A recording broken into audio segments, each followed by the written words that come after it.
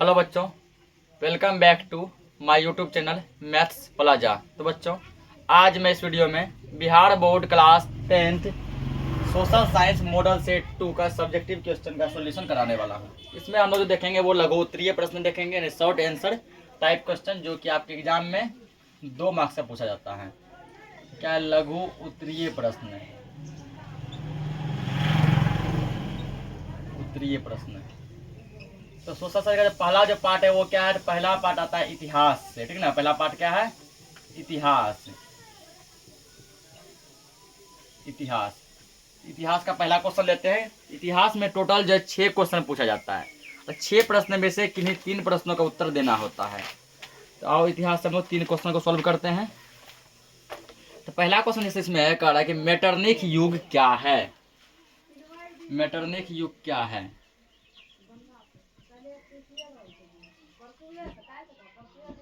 Metternich युग क्या है?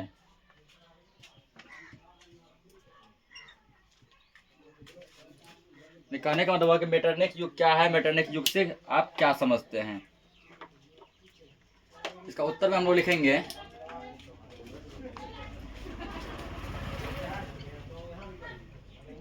उत्तर के बाद में लिखना है कि नेपोलियन के पतन के बाद, पतन का मतलब होता है हार होता है, ठीक ना। नेपोलियन के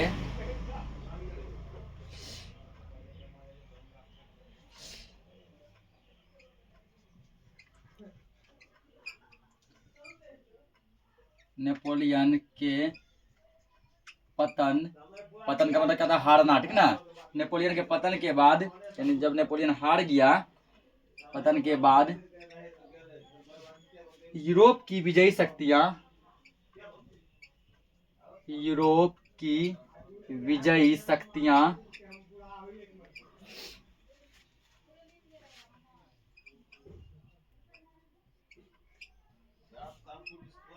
विजयी शक्तियां ऑस्ट्रिया की राजधानी वियना में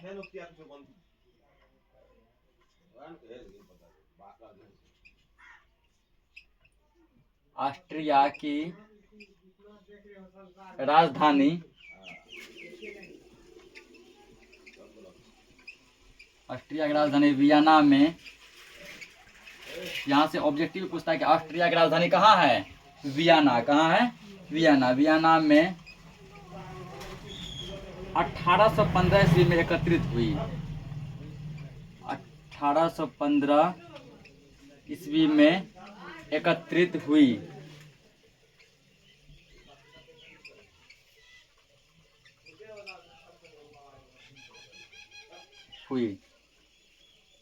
उनका उद्देश्य यूरोप में पुनः उसी व्यवस्था को कायम करना था। उनका उद्देश्य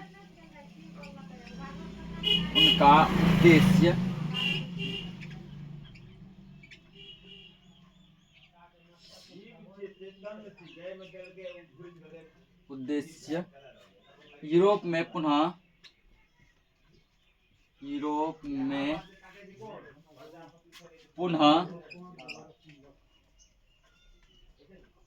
पुनः यानी फिर से यूरोप में पुनः उसी व्यवस्था को कायम करना था।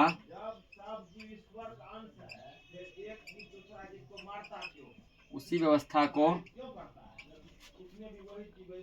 कायम करना था।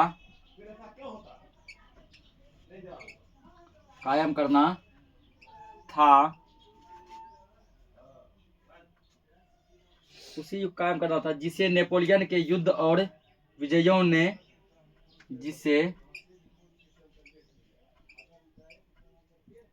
नेपोलियन के युद्ध और विजयों ने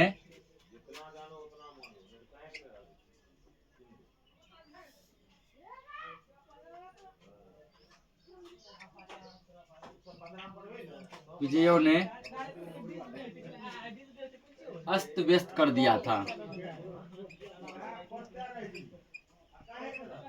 अस्त व्यस्त कर दिया था।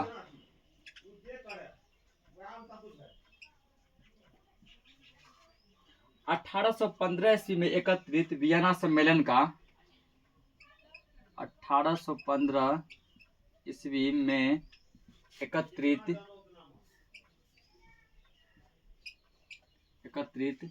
वियना सम्मेलन का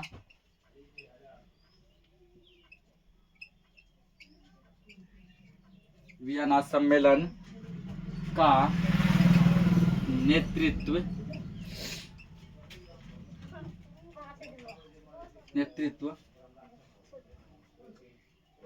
ऑस्ट्रिया के चांसलर मेटरनिख ने किया था। ऑस्ट्रिया के चांसलर मेटरनिख ने किया था।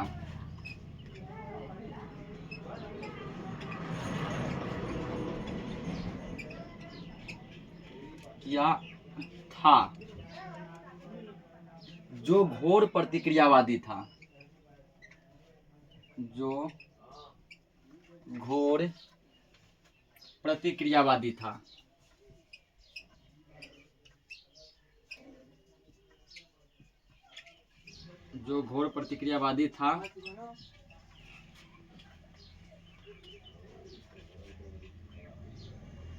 1815 से 1848 तक के काल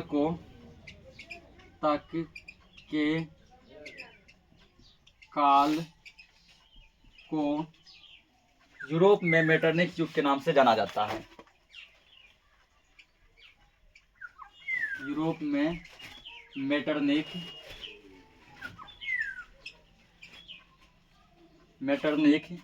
युग के नाम से जाना जाता है।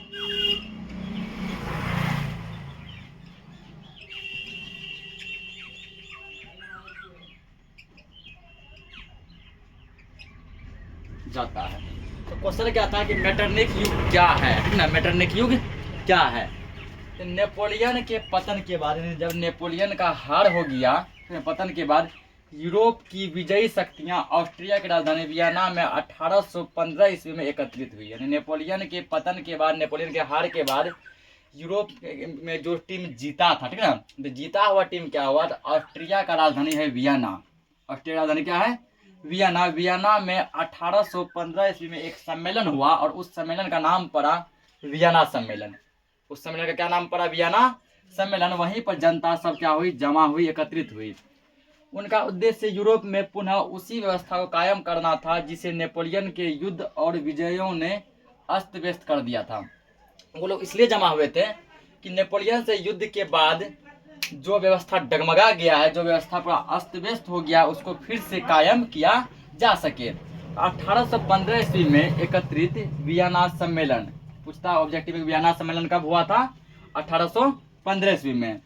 तो वियना सम्मेलन का नेतृत्व ऑस्ट्रिया का चांसलर मेटरनिख ने किया था। यानी कि जब ये सम्मेलन हुआ था, वियना सम्मेलन, उस समय ऑस्ट्रिया का चांसलर कौन था? मेटरनिख। ये भी ऑब्जेक्टिव पूछा जाता है कि वियना सम्मेलन के समय ऑस्ट्रिया का चांसलर कौन था? मेटरनिख। मेटरनिख कैसा आदमी था? घोर प्रतिक्रियावादी था, ठीक ना। मेटरनिख बहुत ही हरामी टाइप का आदमी था, ठीक ना, घोर प्रतिक्रियावादी आदमी था। तो मेटरनिख जो है 1815 से लेकर 1848 तक ऑस्ट्रिया में शासन किया, ठीक, वहाँ का चांसलर बना रहा। इसलिए यूरोप में 1815 से 1848 तक के समय को मेटरनिख युग के नाम से जाना जाता है। इसको नोट करो, अगला क्वेश्चन देखते हैं। अगला क्वेश्चन है, भारतीयों द्वारा वर्नाक्यूलर प्रेस एक्ट का विरोध क्यों किया गया, ठीक ना। जब वर्नाक्यूलर प्रेस एक्ट हमारे भारत आया तो यहाँ पर इसका क्या किया गया? विरोध किया गया, ठीक ना। आखिर क्या रीजन था? भारतीयों ने इसका विरोध क्यों किया? इसका उत्तर लिखेंगे।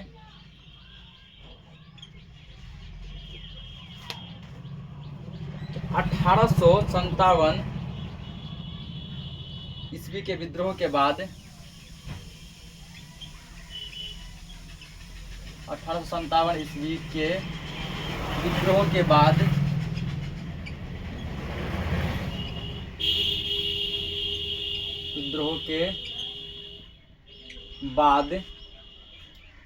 देसी भाषा में प्रकाशित समाचार पत्रों ने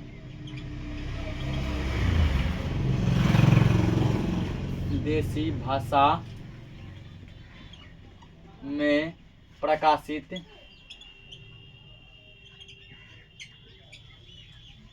समाचार पत्रों ने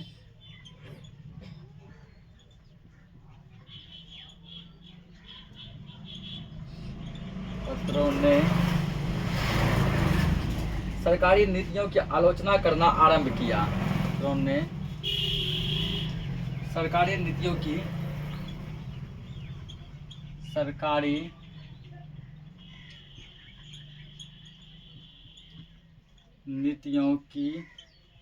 आलोचना करना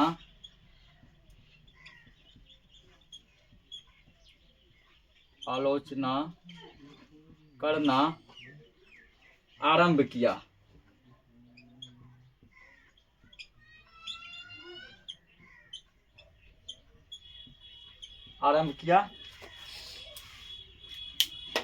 इसे रोकने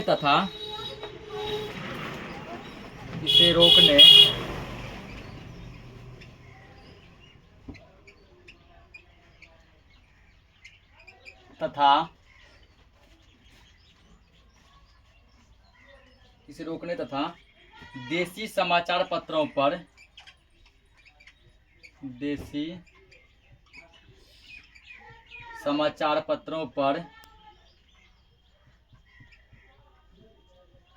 पर अंकुश लगाने के लिए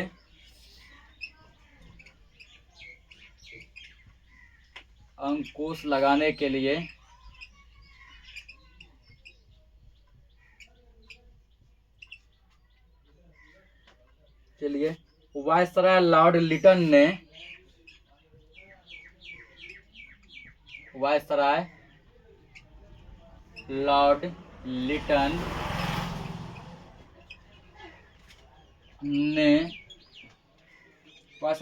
ने 1878 ईस्वी में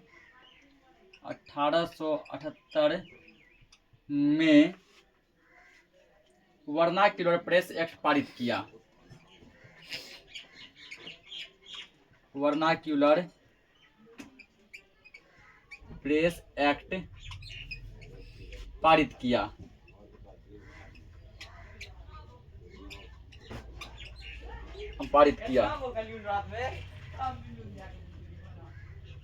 लिटन के इस कानून का तीव्र विरोध हुआ। लिटन के इस कानून का तीव्र विरोध हुआ।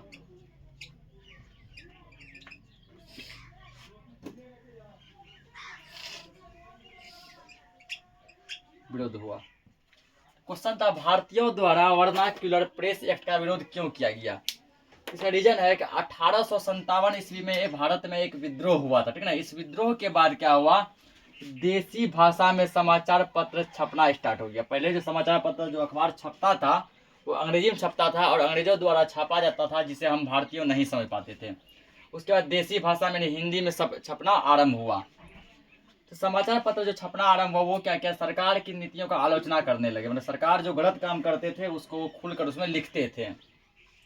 इसे रोकने तथा देसी समाचार पत्रों पर अंकुश लगाने के लिए वायसराय लॉर्ड लिटन ने 1878 में वर्नाक्यूलर प्रेस एक्ट पारित किया।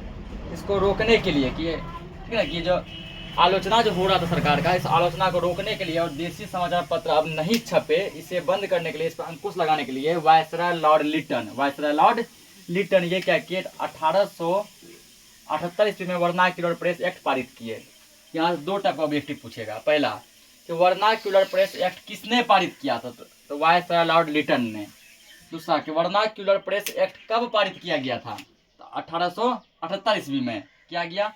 और लिटन के इस कानून का भारत में जोर शोर से पूरा तीव्र क्या किया गया, विरोध किया गया। इसको नोट करो, अगला क्वेश्चन देखते हैं। अगला क्वेश्चन है, श्रमिक वर्ग का आगमन शहरों में किन परिस्थितियों में हुआ? श्रमिक सब जो है, लेबर, मजदूर, श्रमिक, किसान, ये लोग जो शहर आए किन कंडीशन में, किन परिस्थिति में? ये सब गांव में रहते थे, तो गांव से शहर जो आए तो उस समय उसका वहाँ क्या कंडीशन रहा होगा, किन परिस्थिति में ये आए? उत्तर इसका देखेंगे कि 18वीं शताब्दी में 18वीं शताब्दी में इंग्लैंड में बराबंदी कानून पारित हुआ।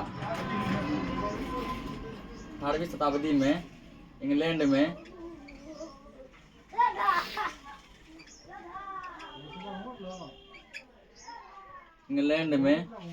बराबंदी कानून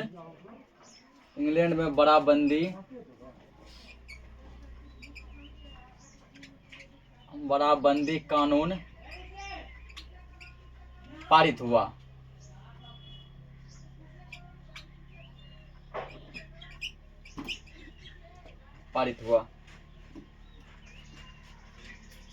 इससे छोटे किसान अपनी जमीन खो बैठे। इससे छोटे किसान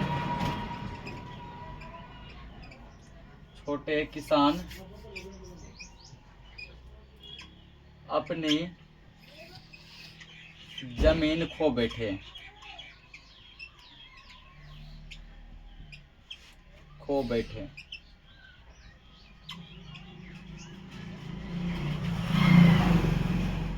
उनके सामने आजीविका का प्रश्न खड़ा हो उठा। उनके सामने आजीविका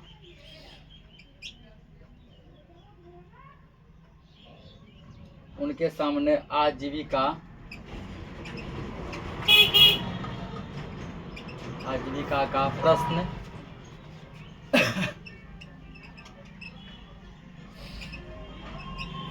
खड़ा हो उठा।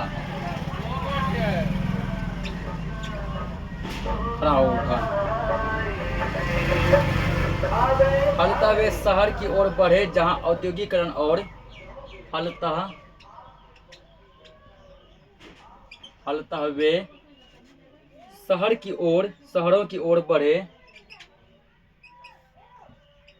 शहरों की ओर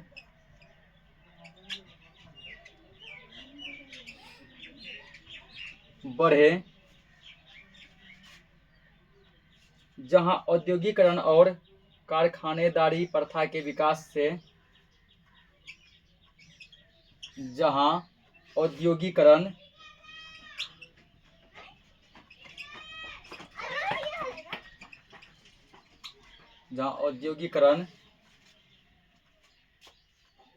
और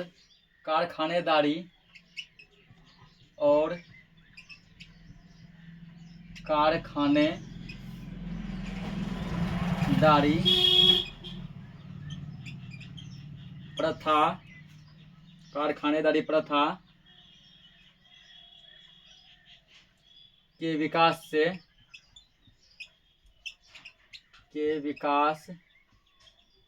से उन्हें रोजगार के नए अवसर मिले। तो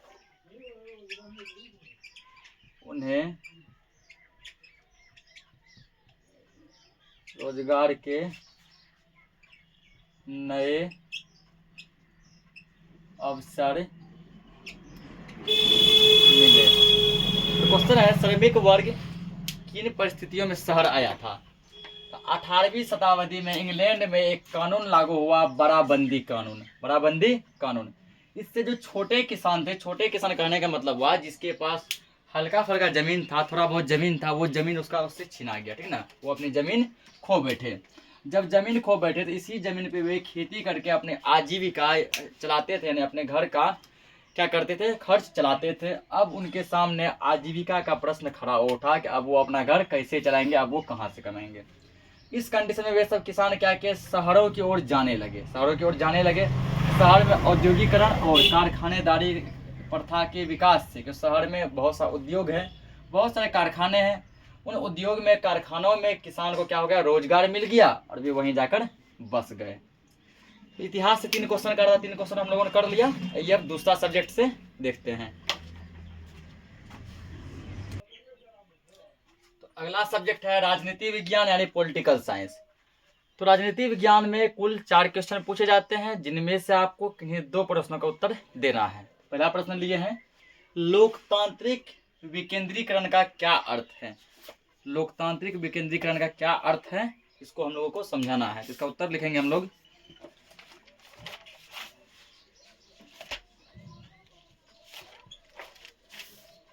कि एक स्थान पर सत्ता के केंद्रीकृत होने पर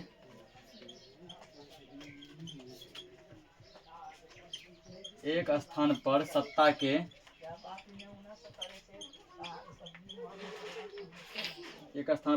केंद्रीकृत होने पर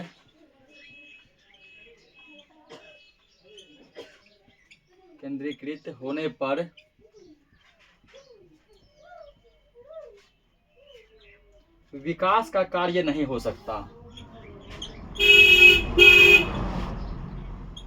विकास का कार्य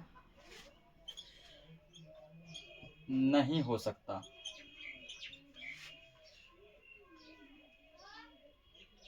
नहीं हो सकता और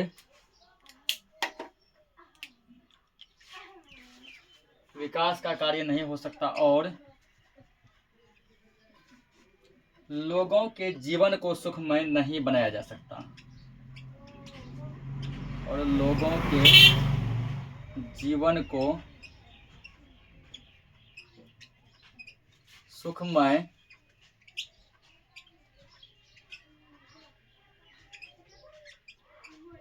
नहीं बनाया जा सकता।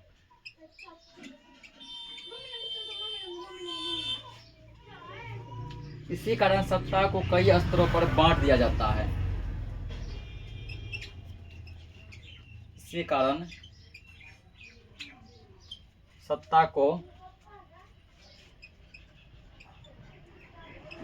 सत्ता को कई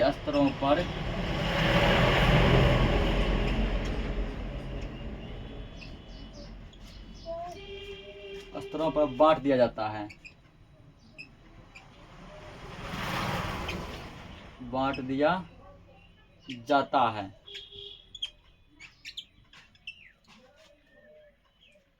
बांट दिया जाता है। इसे लोकतांत्रिक विकेंद्रीकरण कहा जाता है। इसे लोकतांत्रिक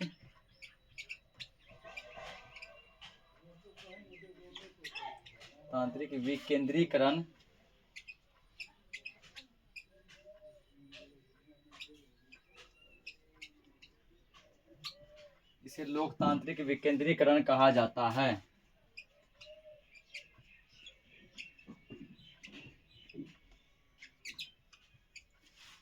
क्या था कि लोकतांत्रिक विकेंद्रीकरण का क्या अर्थ है, यानी लोकतांत्रिक विकेंद्रीकरण क्या है? एक स्थान पर सत्ता के विकेंद्रीकृत होने पर विकास का कार्य नहीं हो सकता। यदि एक ही स्थान पर सभी पावर, सभी सत्ता यदि एक ही जगह पर लगाया जाए तो कभी भी विकास का काम नहीं होगा और लोगों का जीवन सुखमय भी नहीं होगा। तो लोगों के जीवन को सुखमय बनाने के लिए सत्ता को कई स्तर पर, ठीक ना, तो 2-3 लेवल पर, कई लेवल पर बांट दिया जाता है। इसी को लोकतांत्रिक का विकेंद्रीकरण कहा जाता है। इसको नोट करो। अगला क्वेश्चन देखते हैं। अगला क्वेश्चन है, जाति और नस्ल में क्या अंतर है? जाति और नस्ल में क्या अंतर है? इसका उत्तर लिखना है। ठीक है, तो दोनों में अंतर क्या है, वही अंतर हमको दिखाना है। तो इसका उत्तर हम लोग लिखेंगे कि जाति और नस्ल समान नहीं है। जाति और नस्ल समान नहीं है। दोनों एक समान नहीं है, दोनों क्या है, अलग अलग है। ठीक ना, तो जाति और नस्ल समान नहीं है। दोनों समान क्यों नहीं है? देखेंगे क्योंकि जाति का आधार सामाजिक होता है। क्योंकि जाति का आधार सामाजिक होता है।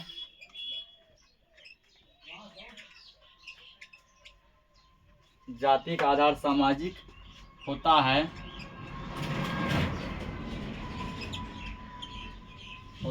और नस्ल का आधार जीव शास्त्री है। और नस्ल का आधार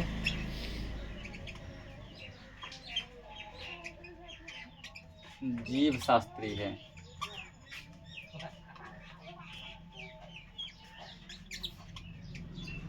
जाति का आधार क्या होता है? सामाजिक। नस्ल का आधार क्या होता है? जीव शास्त्री। तो राजनीति विज्ञान में 2 क्वेश्चन सॉल्व करने का रहा था, हम लोगों ने 2 क्वेश्चन को सॉल्व किया। अब जो 3 सब्जेक्ट और बच रहे हैं, भूगोल, आपदा प्रबंधन, अर्थशास्त्र, इससे जो भी क्वेश्चन बचेगा हम लोग नेक्स्ट लेक्चर में देखेंगे। तब तक के लिए जय हिंद।